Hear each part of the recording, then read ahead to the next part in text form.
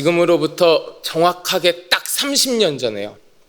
정확하게 딱 30년 전에 저 서울에 아주 장래가 촉망받고 사랑받고 이쁨받고 예쁘게 생긴 아주 어린 소년이 하나 있었습니다. 어린 소년이 한 명 있었는데 그 소년이 누구냐 하면 저예요. 네. 제가 그때는 그랬어요. 제가 그때는 그랬다고요. 예뻤어요. 제가 30년 전엔 그랬습니다. 30년 전에, 지금부터 정확하게 30년 전에 저한테 무슨 일이 있었냐 하면 제가 유치원을 졸업하고 초등학교에 입학했습니다. 30년 전에 초등학교에 입학했는데 자, 이제 떨리는 마음으로 제가 학교를 가는데 그때 당시에 저희 집에서 학교까지 걸어서 10분에서 15분 정도 거리였습니다. 그리고 저는 걸어서 학교를 다녔었어요. 걸어서 다녔는데 지금 생각하면 걸어갈 만한 거리고요. 별로 복잡하지도 않은 길인데 이제 막 유치원 졸업해서 초등학교 입학하는 어린애였고 거기를 늘 다니던 길이 아니고 초행길이었기 때문에 혼자서 찾아갈 수가 없는 거예요. 그래서 처음에 초등학교에 입학했을 때 부모님 손을 잡고 또 그때는 제가 할머니하고 같이 살았거든요. 그래서 할머니 손을 잡고 이제 학교에 갔던 기억이 있습니다. 그렇게 한 주 두 주 학교를 다니다가 시간이 어느 정도 지나고 어느 정도 학교를 왔다 갔다 해봤으니까 얘가 이제는 혼자 갈 수 있겠지 하고 저를 혼자 보내시는 거예요. 혼자 학교에 보내시는 거예요. 근데 제 기억에 제가 지금까지 길을 잃어서 미아가 된 기억이 없거든요. 그러니까 아마 길을 잃지 않고 잘 다녔던 것 같아요. 잘 다녔던 것 같은데 나중에 알고 보니까 저를 학교까지 가라고 이제 혼자 보내시기는 했지만 저희 부모님은요. 그리고 저희 할머니는 제가 무사히 학교를 잘 가는지 몰래 계속 지켜보고 계셨더라고요. 계속 지켜보고 계셨고 뒤에서 잘 지켜주고 계셨더라고요. 제가 무사히 학교를 다닐 수 있었던 건 제가 잘나서가 아니고 제가 똑똑해서가 아니라 늘 제 뒤에서 신경 써주시는 부모님과 할머니가 있었기 때문에 그렇다는 것을 제가 뒤늦게 깨달았습니다. 만약에 그렇게 몰래 계속해서 저를 지켜봐 주지 않으셨으면 신경 쓰지 않으셨으면 제가 가다가 길이라도 잃어버리거나 넘어지기라도 하거나 아니면 나쁜 사람이라도 만나기나 하거나 그런 상황 가운데에서 제가 보호받지 못했었을 거예요. 저를 계속해서 돌보아 주시는 할머니와 부모님이 계셨기 때문에 제가 학교를 잘 다닐 수 있었던 거거든요. 근데 이런 일은요, 여러분, 이런 관계는 하나님과 우리의 관계에서도 마찬가지예요. 하나님과 우리의 관계에서. 지금 내가 생활하는 거, 내가 직장 생활하는 거, 학교 생활하는 거, 나의 가정 생활, 내 친구들과의 관계, 심지어 지금 우리가 앉아있는 이 예배의 시간까지도 모든 것이요. 나의 모든 것이 내가 하는 것 같지만 그 이면에는요, 나를 지키시고 보호하시는 하나님의 도우심. 그 하나님의 보호하심이 있기 때문에 지금의 내가 이 생활을 영위해 나갈 수 있는 겁니다. 지금 이 순간에도 나를 위한 하나님의 일하심이 있기 때문에 내가 살아갈 수 있는 거예요. 믿으시면 아멘. 아멘. 하나님이 내 삶에 개입하셔서 일들을 이루어 가고 계세요, 지금도. 기본적으로 내가 살아갈 수 있도록 나를 창조하시고 내 심장이 뛰게 하시고 내가 숨쉬게 하시고 이런 기초적인 것에서부터 세세하게 나의 모든 것에 관하여 우리 하나님께서 간섭하고 계시고 일하고 계시니까 지금도 내가 살아서 이 시간에 여러분들이 우리가 살아서 이 시간에 여기 앉아서 예배 드릴 수 있는 겁니다. 그렇다면요. 그러면 반대로 여러분 하나님이 내 삶 속에 아무런 개입도 하지 않으신다면 하나님이 내 삶 속에서 아무 일도 하지 않으신다면 어떻게 되겠습니까? 당장에 내 삶이 무너지지 않을까요? 어려움이 찾아왔을 때 내가 보호받을 수 없고 고난이 찾아왔을 때 무너질 수밖에 없고 당장 우리의 삶이 엉망진창이 되지 않을까요? 어린아이가 부모의 개입 없이 부모의 도움 없이 혼자서 아무렇지도 않게 살 수 있겠습니까? 못 살지요. 만약에요, 저희 아들 이제 4살 된 저희 예완이, 만약에 제가 예완이한테요 아무런 신경도 쓰지 않고 아무것도 해주지 않고 모든 것을 딱 끊고 이제 너 알아서 혼자서 해 하고 정말로 내버려두면 그 아이가 정상적인 생활을 할 수 있겠냐고요. 아니란 말이죠. 그러면요 여러분, 지금까지 우리가 나눈 이야기를 가지고 우리가 도달할 수 있는 결론이 하나 나와요. 결론은 뭐냐 하면, 우리의 삶에는 반드시 하나님의 일하심이 필요하다라는 거예요.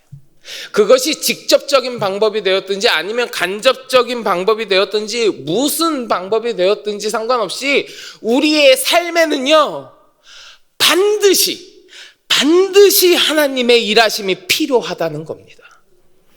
자, 그러면 이제 질문이 하나 생겨요. 하나님의 일하심이 내 삶 가운데 반드시 필요하구나. 내 삶에서 하나님이 쉬시면 안 되는구나. 그러면 어떻게 하면 하나님이 일하시게 할까? 어찌해야 하나님이 쉬지 못하시게 할까? 오늘 본문에서도 이 얘기하고 있거든요. 여러분, 오늘 본문 7절 한번 같이 보실래요? 오늘 본문 7절 말씀 같이 한번 봉독해 보겠습니다. 또 여호와께서 예루살렘을 세워 세상에서 찬송을 받게 하시기까지 그로 쉬지 못하시게 하라. 근데 여러분, 한번 생각해 보세요. 쉬지 말고 일하세요. 쉬지 말고 일해요. 이렇게 얘기하는 건요, 보통 계급이 통하는 사회에서 윗사람이 아랫사람에게나 할 수 있는 이야기지, 우리가 하나님께 요구할 수 있는 이야기는 아니에요. 사실 우리가 하나님께 하나님 쉬지 마세요, 이거 아니거든요. 말이 안 되거든요. 하나님 쉬지 마시고 날 위하여 일 좀 하세요. 하나님은요, 우리가 이렇게 명령할 수 있는 대상이 아니에요. 우리는 하나님께 명령할 수 있는 존재도 아닙니다. 그러면 나는 하나님께 명령할 수 없는 그런 존재고, 하나님은 그런 대상도 아니시고 그런 위치에 계시는 분들 아닌데, 그런데 내 삶에는 반드시 하나님의 일하심은 필요하단 말이에요. 그럼 도대체 어떻게 해야 하는가? 어떻게 해야 하나님께서 내 삶 가운데 일하시도록, 어떻게 해야 하나님을 쉬지 못하시게 할 수 있을까? 우리가 내릴 수 있는 결론은 한 가지입니다. 한 가지예요. 뭐냐 하면, 내 삶 가운데에서 일하시든지 안 하시든지 그것은 하나님 몫이에요. 내 몫이 아니에요. 그걸 결정하시는 분은 하나님이고 하나님 몫이에요. 하나님 몫을 내가 고민할 필요는 없습니다. 나는요, 하나님께서 일하심을 바라면서 내가 해야 하는 것을 하는 게 정답이에요. 하나님께서 어떻게 하십시오, 하나님이 결정하셔야 될 부분은 내가 좌지우지할 수 없습니다. 그건 하나님이 하실 거고요, 하나님이 그렇게 해주시기를 바라는 마음을 갖고 나는 내가 할 수 있는 것을 하는 거예요. 그러면 내가 해야 하는 게 뭘까요? 하나님이 내 삶 가운데에서 일하시기를 원하는 내가 해야 하는 것은 무엇일까? 여러분, 그 정답은요, 성경에 있습니다. 성경에 있어요.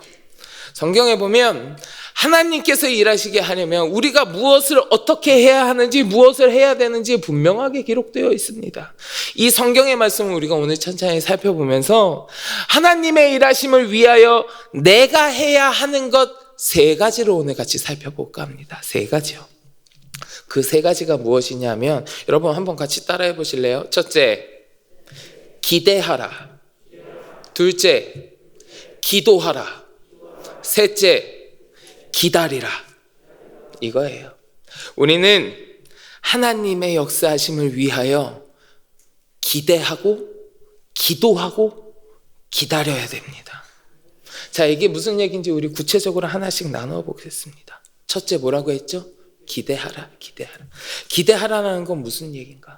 세상에서 얘기하는 기대는 무엇인가가 이루어지기를 바람, 이런 뜻이에요. 무엇인가가 이루어지기를 바란다, 이런 뜻을 갖고 있는데, 하지만 하나님과의 관계에서 얘기하는 기대는요, 하나님과의 관계에서 얘기하는 기대는 그냥 좋은 일이 있지 않을까? 하나님이 뭐라도 주시지 않을까? 하는 그런 막연한 바람이 아니에요. 그런 막연한 바람이 아니에요. 우리가 하나님께 기대한다는 건 무슨 이야기냐 하면 하나님이 반드시 그리 하실 것이라는 믿음의 확신이에요.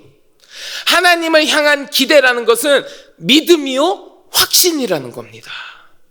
세상에서 이야기하는 기대, 막연한 바람 이런 건요, 복권 사고 나서 혹시 당첨되지는 않을까? 이런 게 막연한 바람, 세상에서 얘기하는 기대고요. 하나님과의 관계에 있어서 혹시나라는 건 없습니다. 혹시나는 없어요. 주께서 내 삶 가운데 일하시기를 원하는 우리의 자세가 혹시나 일해 주시면 좋지 않을까? 이런 막연함이라면 안 된다라는 거예요. 우리 주님께서 반드시 일하여 주신다. 우리 주님은 하실 수 있다라는 믿음과 확신이 그리스도인이 하나님을 향하여 이야기하는 기대라는 겁니다. 기대. 하나님을 기대하라. 이것은 이 믿음과 확신을 가지라는 얘기예요. 이 믿음과 확신에 대해서 성경에서 이야기하는 거 한 구절만 같이 볼까요? 마가복음 9장의 말씀입니다. 마가복음 9장 22절과 23절의 말씀 우리 같이 한번 봉독하겠습니다. 귀신이 그를 죽이려고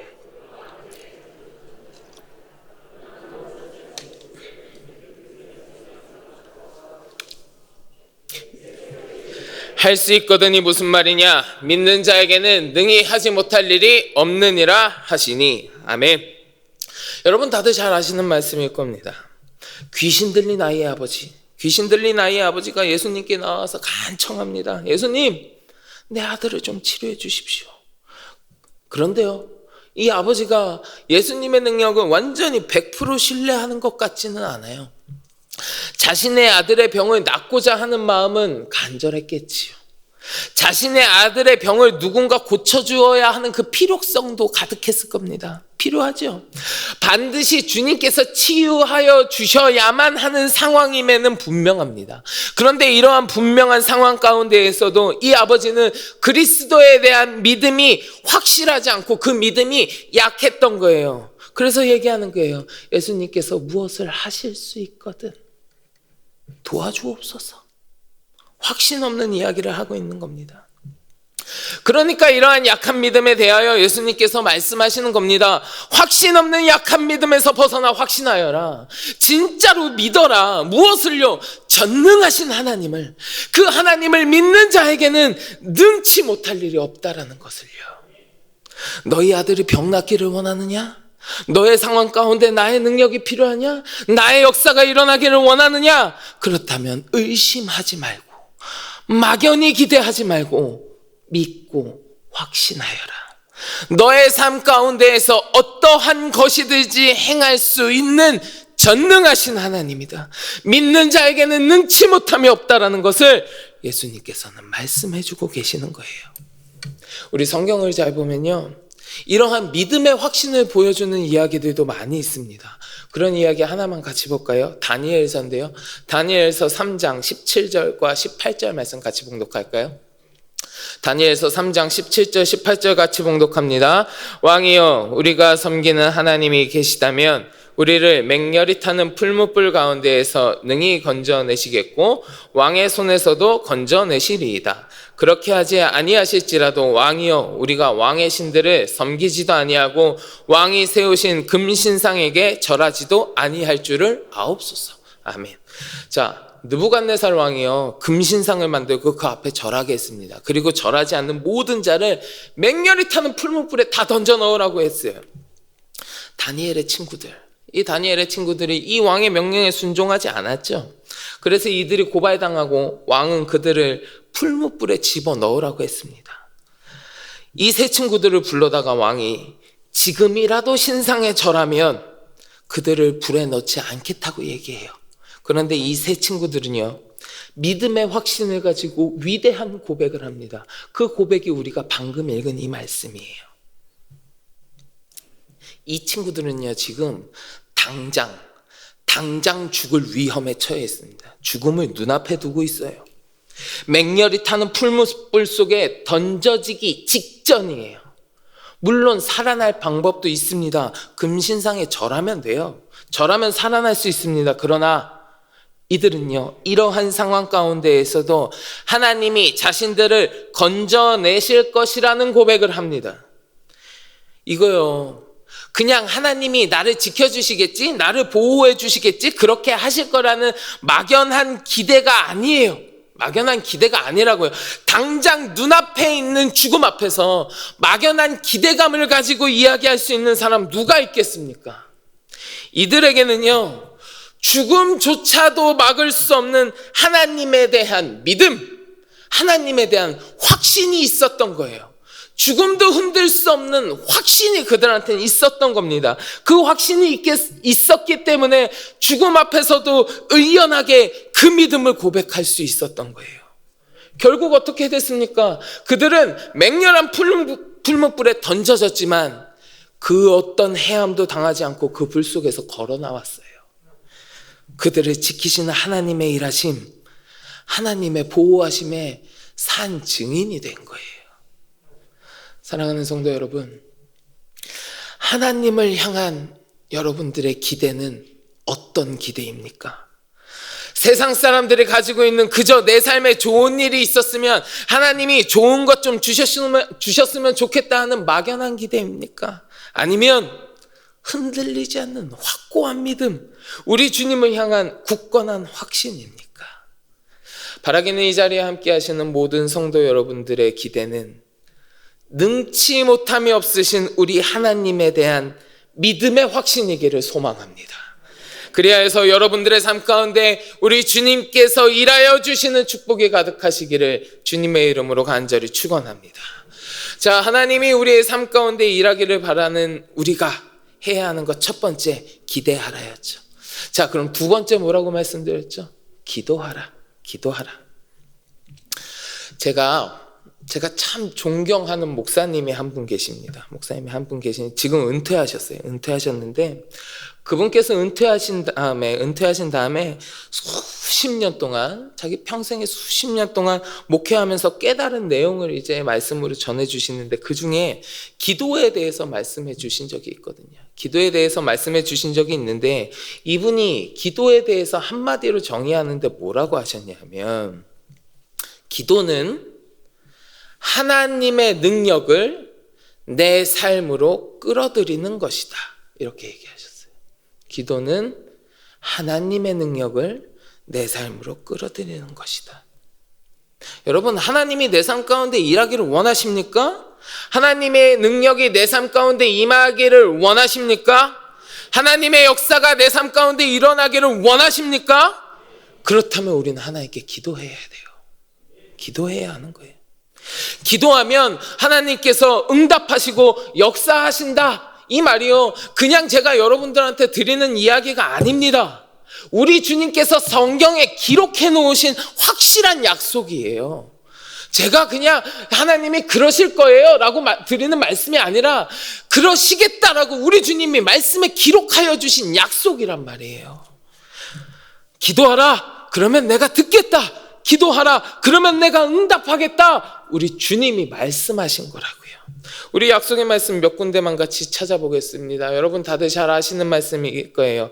예레미야 33장 2절과 3절의 말씀 우리 같이 봉독하겠습니다. 이를 행하시는 여호와, 그것을 만들며 성취하시는 여호와, 그의 이름을 여호와라 하는 이가 이와 같이 이르시도다. 너는 내게 부르짖으라, 내가 내게 응답하겠고 내가 알지 못하는 크고 은밀한 일을 내게 보이리라. 아멘. 또 시편에 보면 이런 말씀이 있거든요. 시편 116편 1절과 2절 말씀 한 번 더 같이 봉독합니다. 여호와께서 내 음성과 내 간구를 들으심으로 내가 그를 사랑하는도다. 그의 귀를 내게 기울이셨으므로 내가 평생에 기도하리로다. 자, 우리 마지막으로 한 군데만 더 보겠습니다. 요한복음 14장 14절의 말씀이요. 요한복음 14장 14절의 말씀 같이 봉독합니다.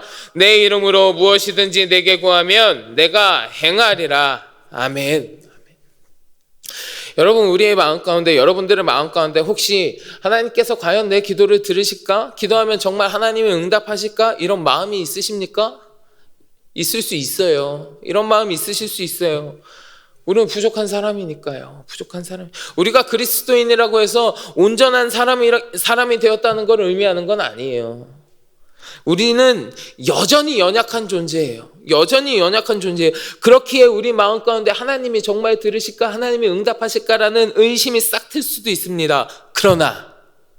그러나 이러한 모든 의심에 아주 확고한 말씀으로 우리 주님께서 약속해 주시고 계시는 거예요. 의심하지 마라. 네가 부르짖으면 내가 듣고 응답하겠다. 나의 귀를 너에게 기울이겠다. 무엇이든지 구하면 내가 행하여 주겠다. 우리 하나님 아주 확실히 약속해 주시는 겁니다. 그러니 우리가 해야 할 것은 무엇입니까? 이 하나님의 확실하신 약속을 믿고 의지하며 주님 앞에 기도하는 거예요. 그것이 우리가 해야 될 일이란 거예요. 저희 예완이가요, 저희 아들이 집에서 밥 먹기 전에 저한테 자주 하는 얘기가 있어요. 그건 뭐냐면, 아빠, 나 카라멜 하나 먹어도 돼요? 꼭 밥 먹기 전에 얘기해요. 꼭 밥 먹. 그러면 애들이 대부분 다 그럴 겁니다. 다 그럴 거예요. 저희 예안이도 애들 대부분 밥보다 카라멜 군것질하는 거 이런 거 좋아해요. 그럼 제가 뭐라고 할까요? 뭐라고 될까요? 그래.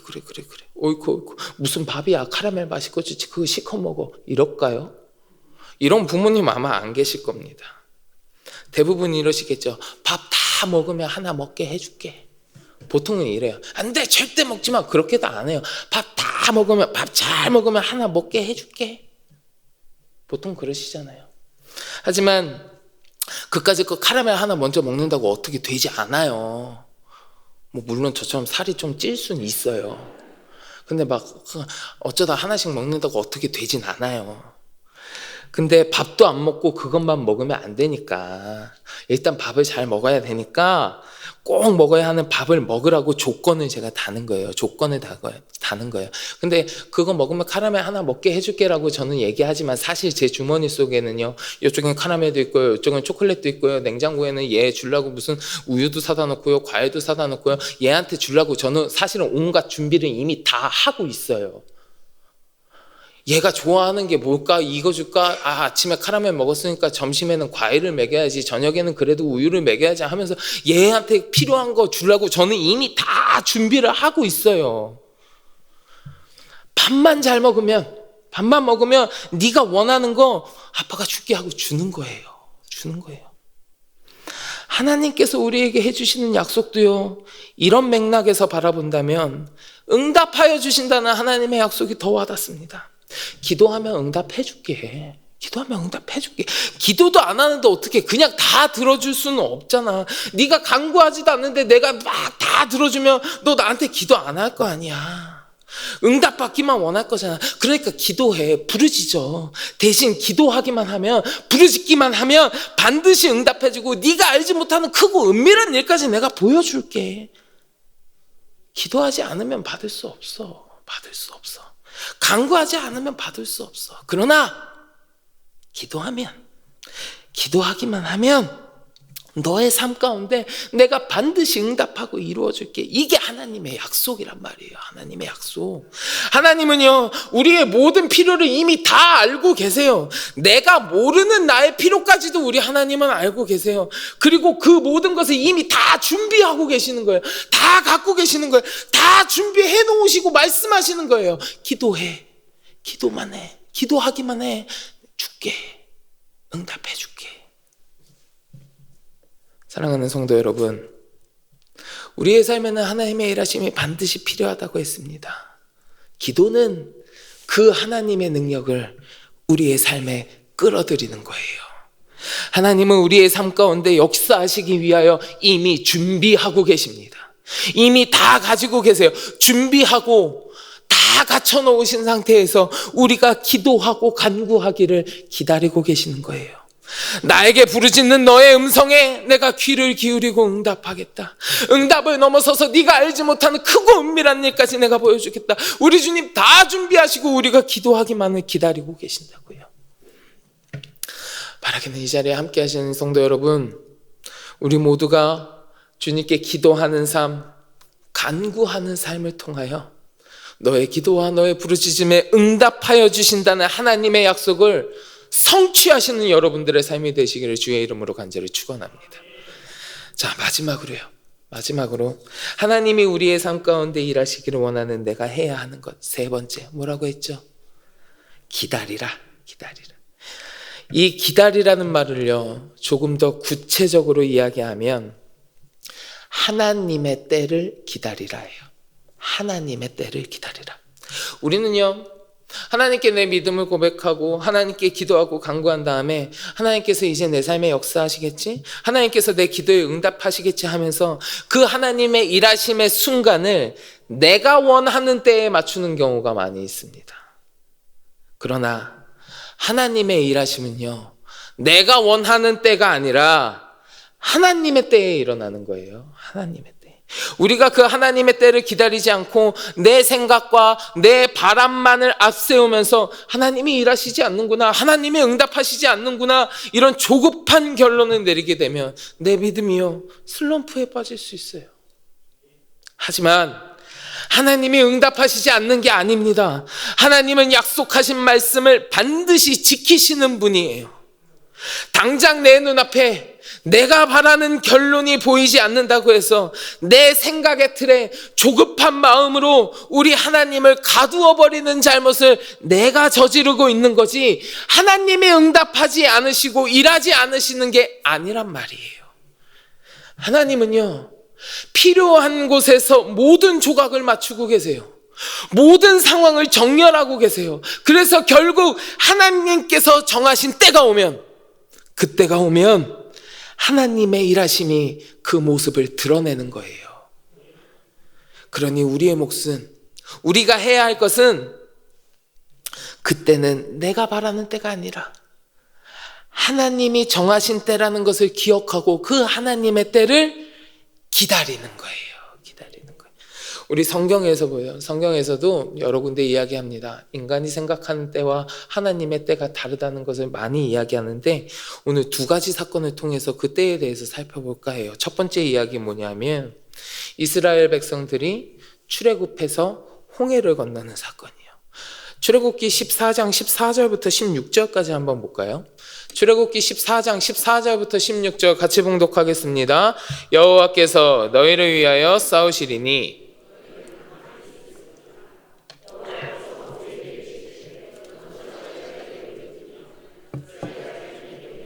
앞으로 나아가게 하고 지팡이를 들고 손을 바다 위로 내밀어 그것이 갈라지게 하라.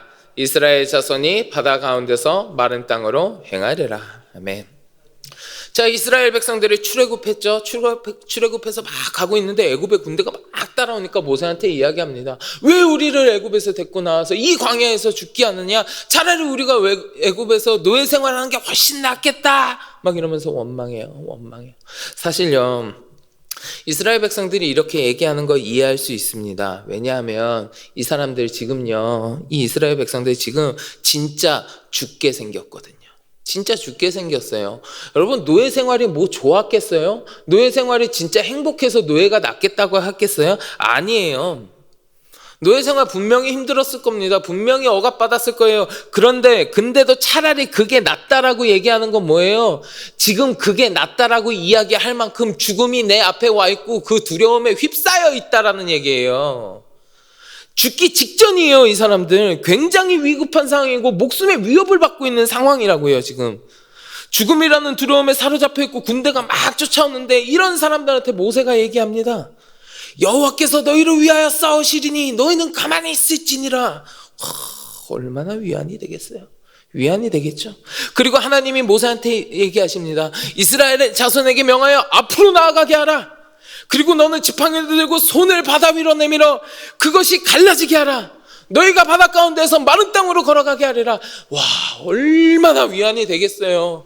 지금 당장 나를 죽이려고 하는 군대가 쫓아오고 있는데 하나님이 내가 이래주마, 모세야 바다를 갈라지게 하라 딱 말씀하셨으니 얼마나 위안이 되겠어요. 그리고 얼마나 기대했겠어요. 이제 모세가 손만 뻗으면 저 바다가 쫙 갈라져서 우리가 저 홍해를 건너가겠구나, 얼마나 기대하고 그걸 기다리고 있었겠어요.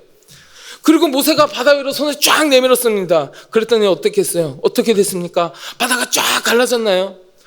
바다가 쫙 갈라져서 얼른 피할 길을 내주셔서 거기를 막 이렇게 그들이 건너갔나요? 아니에요. 그렇지 않았어요. 조금 달라요. 조금 달라요. 출애굽기 14장 21절 말씀 보실래요? 출애굽기 14장 21절 같이 봉독합니다. 모세가 바다 위로 손을 내밀래 여호와께서 큰 동풍이 밤새도록 바닷물을 물러가게 하시니 물이 갈라져 바다가 마른 땅이 된지라. 아멘. 바다가 갈라지기는 했습니다. 모세가 손을 뻗었더니요, 바다가 갈라지기는 했어요. 그 갈라진 바다를 그들이 건너가기는 했습니다. 근데요, 지금 당장 위급한 상황이잖아요. 당장 죽기 직전이잖아요. 딱 내밀면 쫙 갈라질 줄 알았을 거예요. 근데 그렇게 안 갈라졌어요. 모세가 손을 내미니까요, 큰 동풍이 불어서 갈라지는데 그냥 동풍이 확 밀고 갔다가 아니에요. 밤새도록 큰 동풍이 와서 물을 물러가게 하고 바다가 갈라진 거예요. 시간상으로요, 반나절은 꼬박 걸린 이야기예요. 바다가 눈앞에서 갑자기 쫙 갈라진 거예요. 아니에요. 반나절은 걸린 얘기예요. 반나절은요.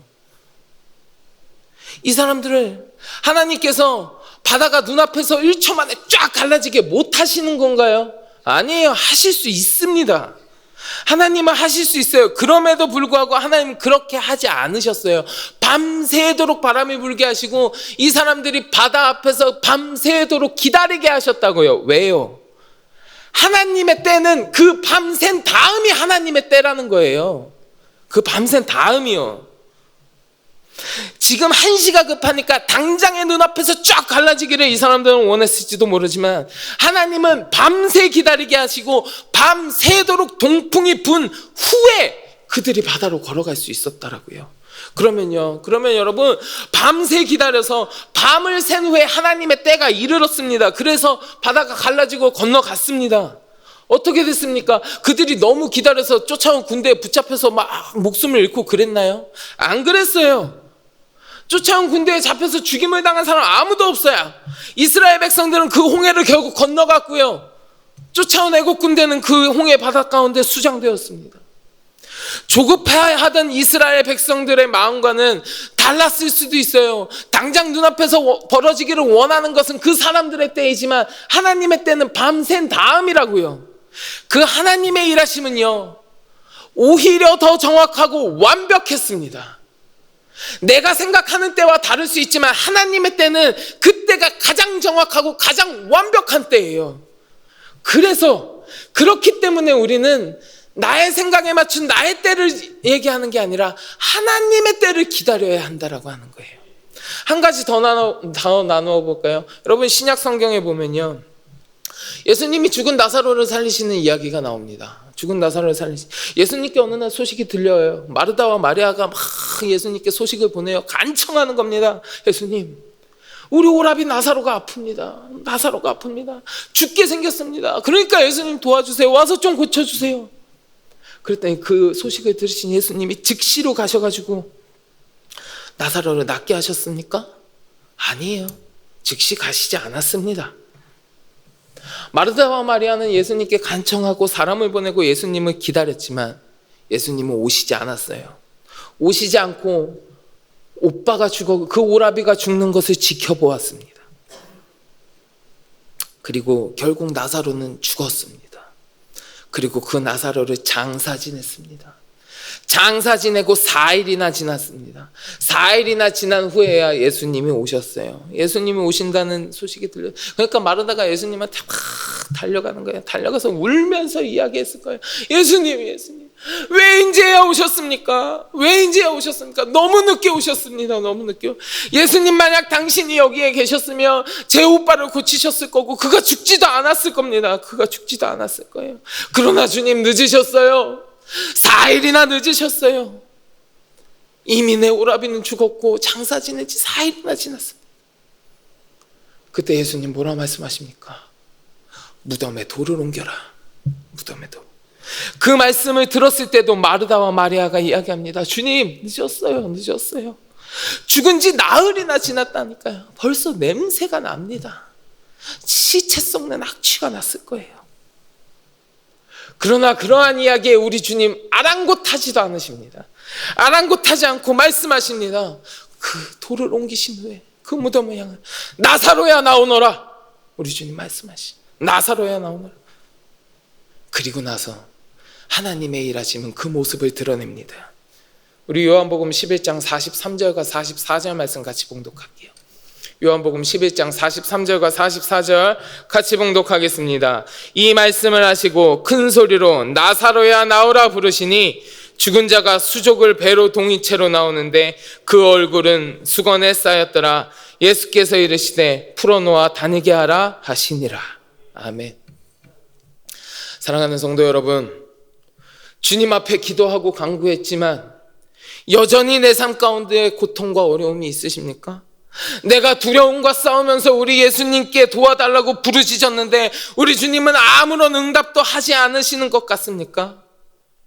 만약 그렇게 느껴진다고 할지라도 여러분 낙담하지 마십시오. 왜냐하면 가장 정확한 때에 홍해를 가르신 우리 하나님, 가장 완벽한 시간에 나사로를 살리신 우리 주님은 그때나 지금이나 여전히 동일한 분이십니다. 결국에는 내 삶에 놓여있던 돌을 옮기시고 여러분의 이름을 우리 주님께서 부르실 겁니다. 우리 주님이 주님 4일이나 늦었다고 여길 때에, 주님께서 늦었다고 생각했을 때에 우리의 모든 소망은 사라지지만, 그러나 그분의 때는요 우리의 생각과는 달라요. 왜냐하면 그분이 하나님이시니까요. 우리가 보기에는 4일이나 늦으신 것 같지만, 우리가 보기에는 내 삶에 아무런 응답을 주고 계시지 않으시는 것 같지만, 우리 주님은요 가장 정확한 때에 가장 완벽한 시간에 일하십니다. 주님이 일하시는 그때가 가장 정확한 시간이에요. 주님이 일하시는 그때가 가장 완벽한 시간이에요. 그렇기 때문에 우리는 주님의 때를 기다려야 하는 거예요. 여러분들의 삶에 반드시 주님의 때가 임할 줄 믿습니다. 그 때가 이르면 우리 주님 여러분들의 삶에서 반드시 그 일하심을 드러내실 겁니다. 주님의 때를 믿음으로 기다리면서 결국에는 그 때를 맞이하여 주의 일하심을 경험하시는 여러분들이 되시기를 간절히 축원합니다. 말씀을 맺고자 합니다. 이 시간 함께 하시는 모든 성도 여러분, 우리의 삶에는요 반드시 하나님의 일하심이 필요합니다. 그 하나님의 일하심을 위해서 우리가 꼭 해야 하는 우리의 몫이 있다는 것도 우리가 말씀을 통해서 오늘 같이 나누었습니다. 하나님의 일하심을 확고한 믿음으로 굳건한 확신을 가지고 기대하는 것, 나에게 귀 기울이시고 응답하시겠다는 하나님의 말씀을 따라 우리 주님의 일하심을 바라고 요청하는 마음으로 기도하는 것, 마지막으로 내 조급한 마음을 가지고 낙담하고 실망하는 것이 아니라 가장 완벽한 때에 행하실 하나님의 때를 기다리는 것, 이 세 가지 내가 해야 하는 것들을 잘 기억하시고 지켜가는 삶을 통하여 우리 하나님을 쉬지 못하게 하시는 여러분들이 되시기를, 우리 주님께서 여러분들의 삶 가운데 일하심을 쉬지 않으시고 늘 놀라우신 은혜와 축복으로 일하여 주시는 복된 삶이 되시기를 우리 주님의 이름으로 간절히 축원합니다. 우리 같이 기도하겠습니다. 하나님 감사합니다. 우리는 부족하고 연약하여 내 삶 가운데 주의 일하심이 반드시 필요함을 고백합니다. 주님, 말씀을 통하여 주신 깨달음을 기억하고 주의 때를 기대하고 기도하며 기다리는 우리의 삶이 되게 하시고, 그를 통하여 하나님께서 내 삶 가운데 역사하여 주시고 일하시는 놀라운 은혜가 가득하게 하여 주시옵소서. 감사드리며 우리 주 예수 그리스도의 이름으로 간절히 기도드리옵나이다. 아멘.